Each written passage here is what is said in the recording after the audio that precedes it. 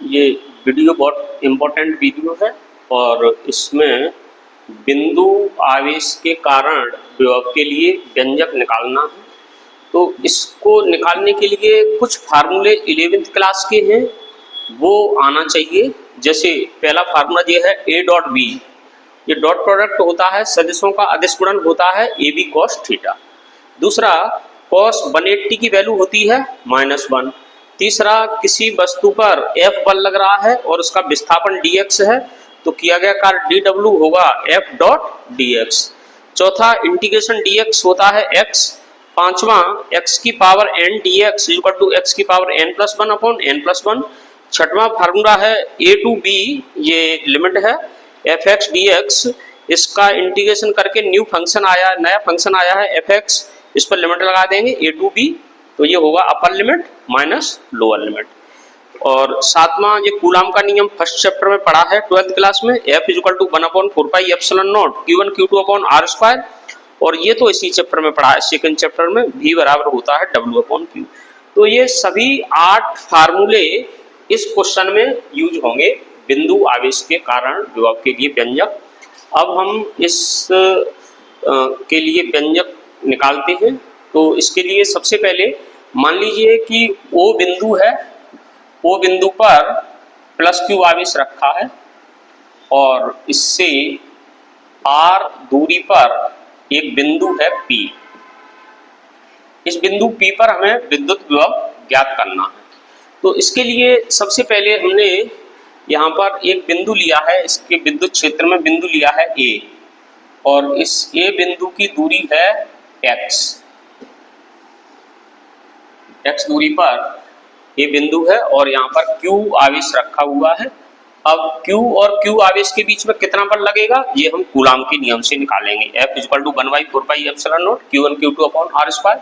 तो Q और Q आवेश के बीच में बल लगेगा F equal to 1/4πε0 Q into Q upon R square. This is equation first.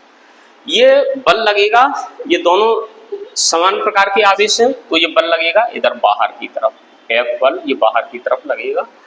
अब हम इस आवेश को A बिंदु से यहाँ B बिंदु पर ला रहे हैं और मान लीजिए A से B की दूरी है dx। तो इसके लिए हमें कार्य करना पड़ेगा, इस प्रतिकर्षण बल के विरुद्ध कार्य करना पड़ेगा।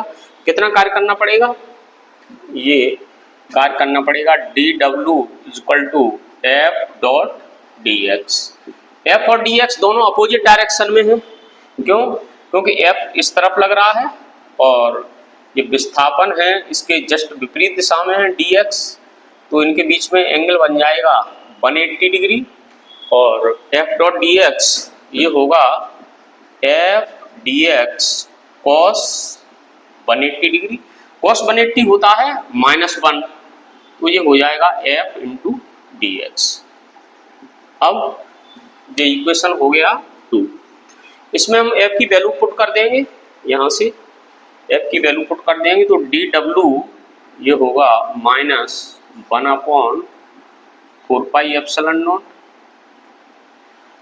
इसकी दिशा होगी, F की दिशा होगी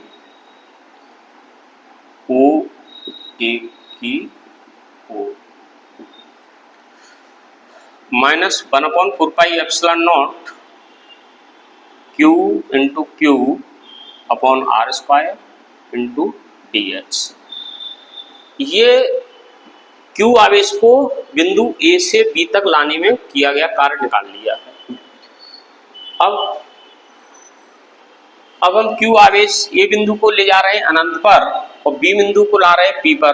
क्यों? क्योंकि विभव हमें निकालना है P पर। तो आवेश Q को अनंत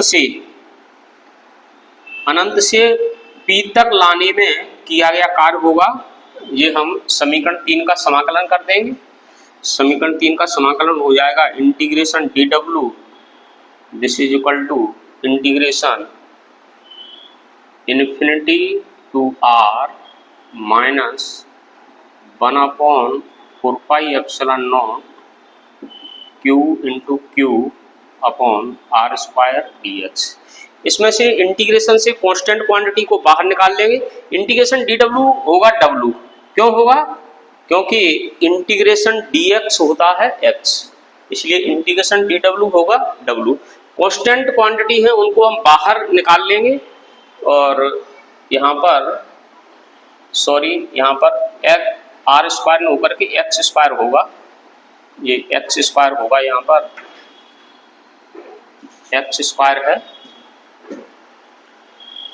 और इसको कांस्टेंट क्वांटिटी को बाहर निकाल लेंगे। -1/4πε0 Q into Q integration infinity to R 1/x² dx। X square को ऊपर ले जाएंगे, ये x की पावर -2 हो जाएगी। W equal to -1/4πε0 Q into Q, इसको ऊपर ले जाएंगे इन्फिनिटी टू आर x की पावर -2 dx। अब इसमें फार्मूला अप्लाई करेंगे, ये वाला x की power n dx equal to x की पावर n+1/n+1 और ये आ जाएगा -1/4πε0 क्यू इंटू क्यू, x की पावर -2+1 इन्फिनिटी टू आर। -1 बचेगा, माइनस माइनस प्लस हो जाएगा, 1/4πε0 क्यू इंटू क्यू